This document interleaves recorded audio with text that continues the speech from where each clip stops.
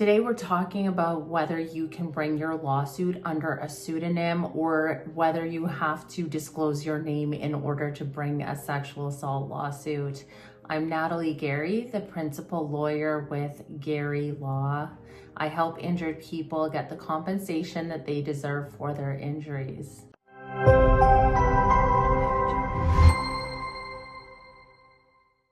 Today, we're talking about whether or not you have to disclose your name in a lawsuit, whether that's a sexual assault lawsuit or not.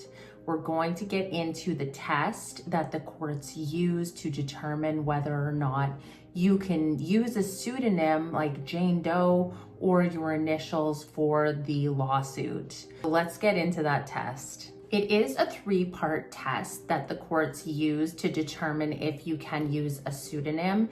The three parts are, first of all, if there is a serious issue to be tried. Second of all, whether there is irreparable harm to the plaintiff if they are not allowed to use a pseudonym.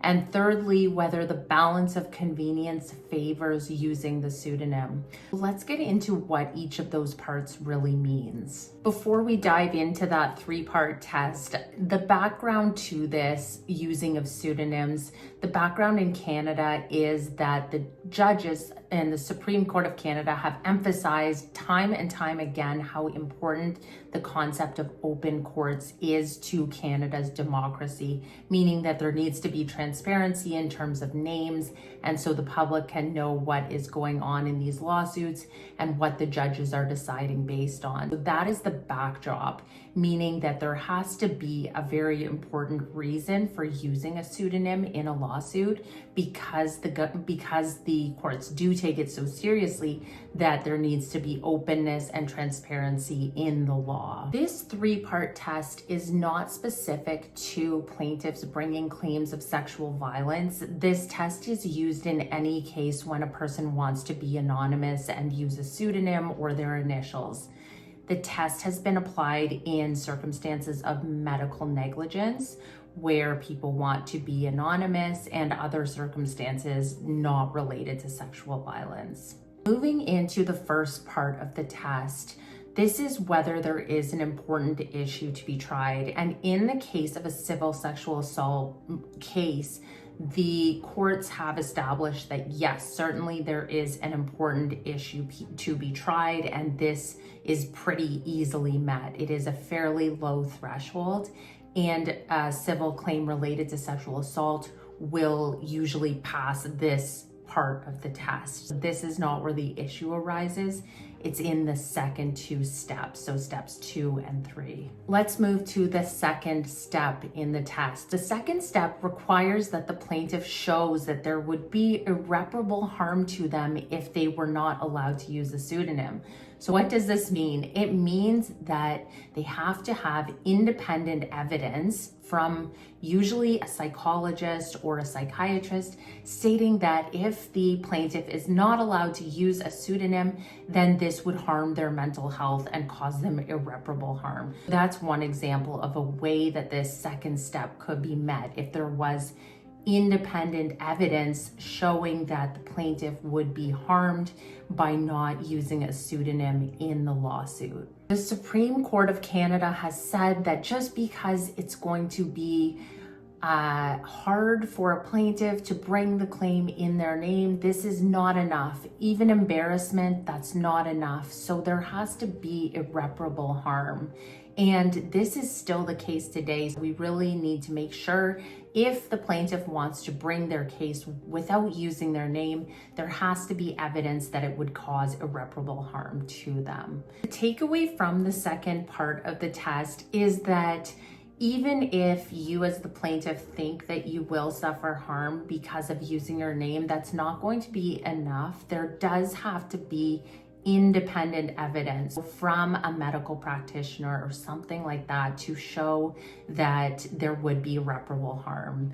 It's not enough just to have an affidavit from the plaintiff themselves. So this is something that your lawyer would work with you on. In the third step of the test, the plaintiff has to show that the balance of convenience favors granting the order to protect their identity. This involves a weighing by the court of the plaintiff's interests, the defendant's interests, and also the interests of the public. In looking at the plaintiff's interest for privacy, this one will usually weigh in favor of granting the order because the plaintiff has an interest in remaining anonymous for their own privacy, because the lawsuit will disclose a lot of private facts about what happened to the plaintiffs. On this point, the court usually would weigh in favor of the plaintiff. But on the other side, in favor of the defendant, usually this would weigh towards disclosing the plaintiff's name, because the defendant will argue that people who might know about what happened would come forward if they knew the person's name and if it was disclosed. Usually a defendant will argue that they want to make a full defense and that this requires that the plaintiff's name be disclosed. In terms of weighing the interests of the general public, this factor really weighs in favor of the plaintiff remaining anonymous, because it has been shown that when plaintiffs are allowed to remain anonymous, it's more likely that they will come forward and will report the sexual assault and take action. So this is a factor where it can be argued that this weighs in favor of the plaintiff being allowed to be anonymous. The court can also consider that in weighing the factors, it weighs in favor of the plaintiff to be anonymous from the public's perspective, because if they are allowed to remain anonymous, then it increases the likelihood that other plaintiffs will come forward and will disclose what happened. Anonymity also protects against exacerbating the trauma that the plaintiff has already gone through because of the sexual assault. Then bringing it into the public eye and allowing media scrutiny can increase the trauma that the plaintiff experiences. This can be argued that that's a reason why the court should allow an order for anonymity in favor of the plaintiff. Overall, in summary of this test, the second aspect is really the most important, and if the plaintiff can show that there will be irreparable harm, usually the court will allow them to bring their case anonymously. This makes common sense. If there's independent medical evidence showing that a plaintiff would be harmed if they have to bring their lawsuit with their name, it makes sense that a judge would see that and think this is very serious. This plaintiff needs to be allowed to bring their case anonymously. Just thinking about it from a common sense perspective, this makes sense.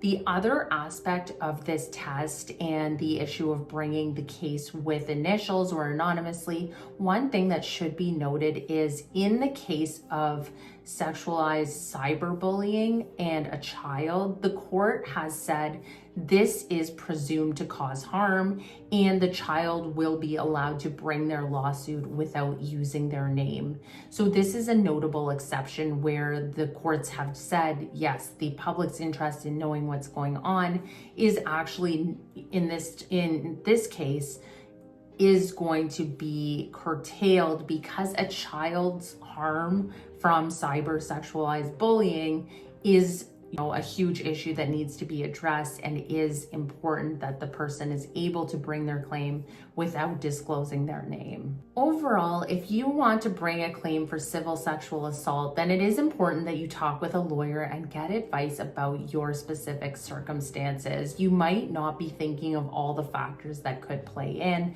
so it is important to talk with a lawyer.